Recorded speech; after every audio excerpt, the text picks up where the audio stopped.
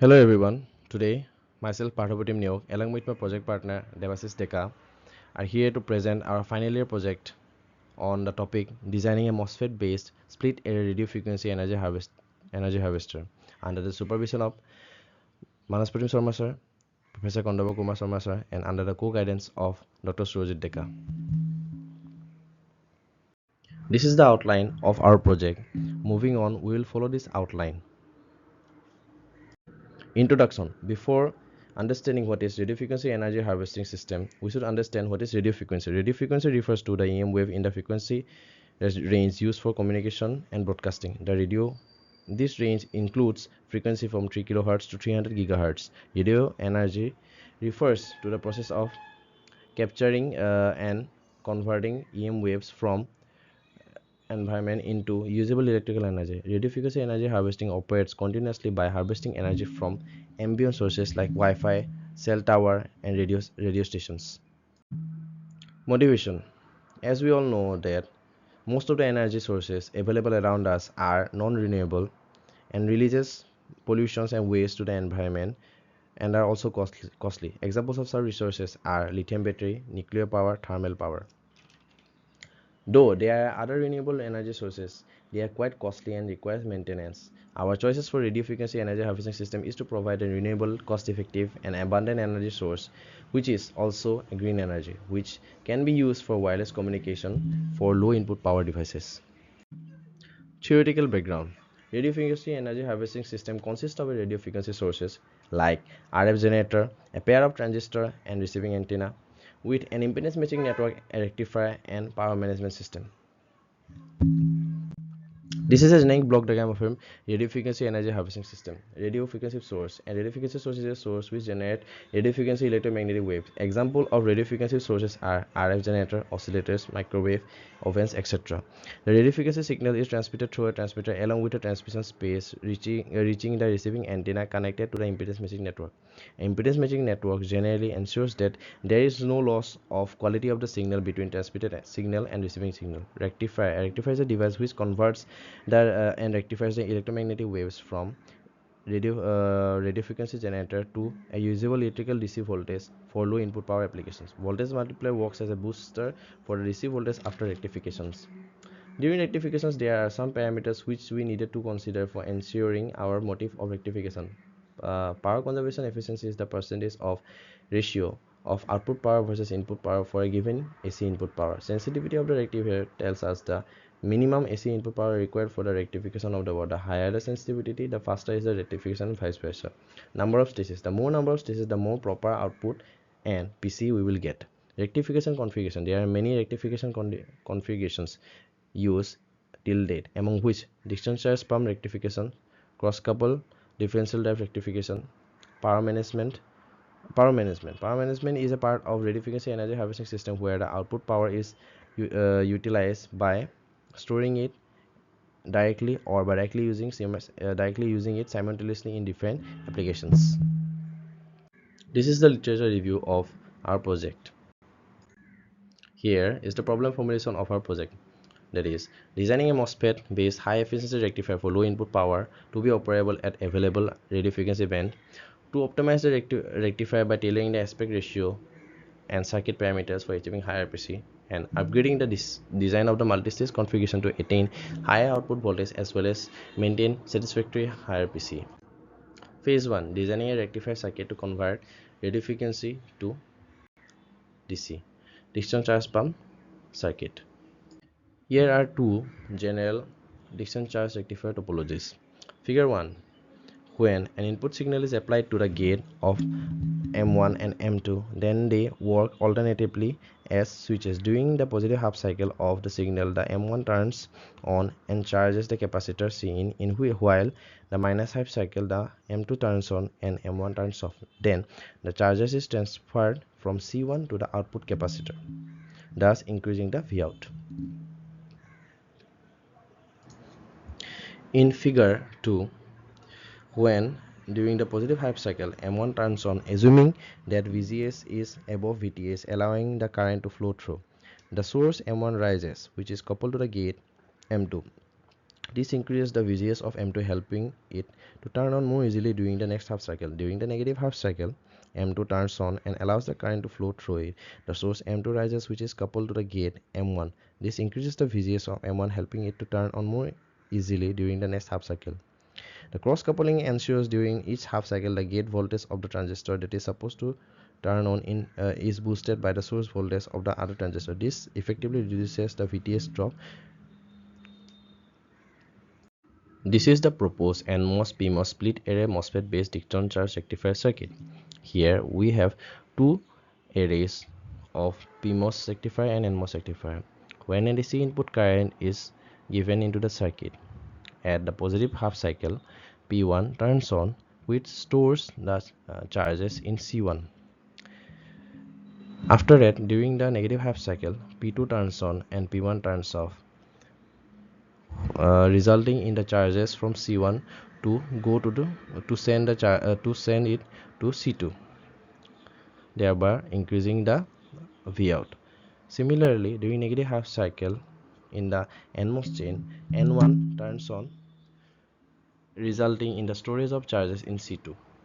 In the positive half cycle, N2 turns on and N1 turns off, resulting in the discharge of the charges from C2 to C0, therefore ensuring the full utilization of the cycle from positive half cycle to the negative half cycle of the AC input voltage. This is the proposed circuit schematics we have simulated in Cadence. This is the circuit parameters. Transistor topology is 45 nanometer. The input voltage is 1 volt. Input power is from 0 dBm to minus 10 dBm. Input and output capacity is set at 1 picofarad. The width and length of the PMOS and NMOS are set to 120 nanometer and 45 nanometer respectively. Frequency range of 900 megahertz. Frequency range is at 900 megahertz. Output graphs. In figure 4.1, a transient response of Vout versus Pin for various input power is simulated simulated from 0 to 2 millisecond. This is the magnitude response and phase response of our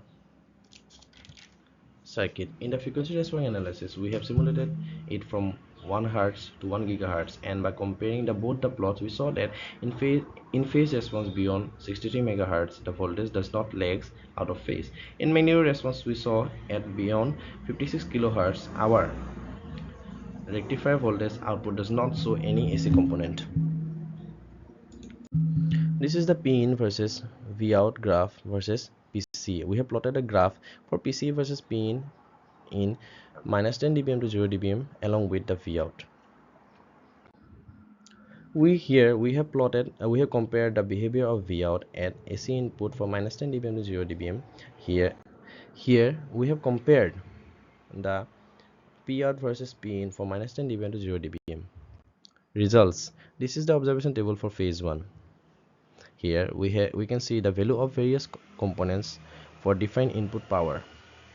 We can observe that the PC from 0 dBm to minus 10 dBm decreases.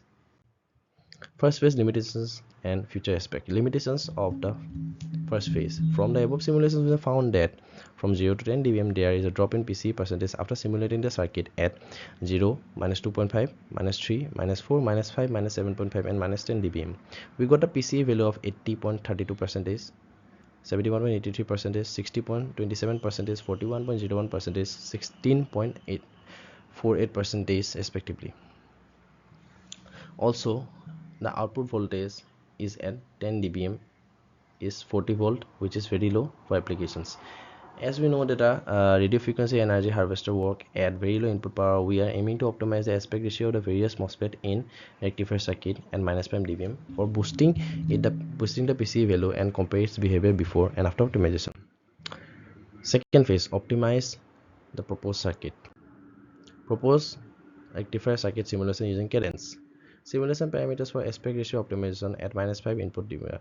We have set the NMOS length of the NMOS and PMOS along with the width of the NMOS port for 45 nanometer to 10 micrometer, 20 nanometer to 10 micrometer for 2 millisecond. Experimental optimization result. Here is the data plot of the input power minus 5 dBm width length optimization. Here we have carefully selected the value of width and length, comparing the highest PC and Vout of the after the simulation. This graph, this figure 5.2 shows us the PC versus Pin before and after optimizations. Pin versus Vout before and optimization is shown in this following graph. Observation table. The output parameters of width length after optimization is shown in the table number 5. The comparison between both PC and Vout before and after optimization is shown in table number 6. Here we have seen that the PC after optimization is increased, but the voltage after optimization is decreasing. Comparison of PC optimization at -5 dB. This is the bar graph of PC percentage before and after aspect ratio optimization. Here we have seen we have compared the PC of -10 dBm to 0 dBm before and after optimization of the aspect ratio. Comparison of the PC with previous work. Here is a bar diagram of comparison of our work along with various of other works we have added in the reference of this presentation. Conclusion: we had applied the concept of aspect ratio optimization for the proposed rectifier circuit for each chain, taking length of 45 nanometer to 10 micrometer and for the width 120 nanometer to 10 micrometer. We found the value that the aspect ratio of ln0, ln1, lp0, lp1, wn0, wn1, wp0, wp1 respectively to be 671 nanometer, 2.5 nanometer, 174 nanometer, 671 nanometer, 120 nanometer, 360 nanometer, 1.1 nanometer and 1.1 nanometer respectively. We observed that the PC before optimization and after optimization differs with the increase in PC value from 97.6% to 105% for 0 dBm, 89.44% to 94.13% for -2 dBm, 86% to 91.7% for -3 dBm, 77.7% to 85.43% for -4 dBm, 69.37% to 78.6% for -5 dBm, 43.62% to 51.81% for -7.5 dBm, and 17.12% to 33.52% for -10 dBm. We also observed that the Vout before optimization and after optimization differs with the decrease in Vout from -10 to 0 dBm. After here at -7 dBm, the output voltage decreases from 137 millivolt to 62.75 millivolt. Second phase limitations. As we have simulated, all the simulations were done in cadence version, we can find that our system was unable to work beyond 2 millisecond simulation time and only 5 value of parametric sweeping could be done. Beyond this, our system fails to operate the circuit. After optimizing the aspect ratio rectifier circuit for -5 dBm, the circuit is unable to work below -10 dBm due to the input power being very small, as our simulation took a long time, due to which some unwanted factors such as power cut, low RAM, low storage capacity affected our simulations. Future aspect: for boosting the output voltage of the work, we can at even lower input power, we can do multi-stage cascading in the future. We can further optimize the circuit using various compensation techniques for the rectifier to work at input power even at lower than -10 dBm. We can now fabricate the circuit in hardware to be used for various low powered devices and use it in IoTs, wireless communication, batteryless devices, etc. This is the project timeline of our project. Here are some of the references which we have used for our project. Thank you.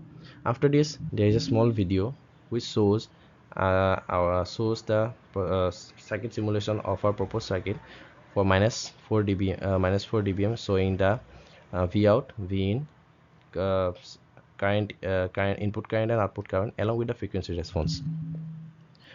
As our simulations each simulation take up more than 2 hours, we were not able to show the proper value or proper simulation, full simulation of our circuit, but we have used the results of each simulation and we have fast forwarded it to the output.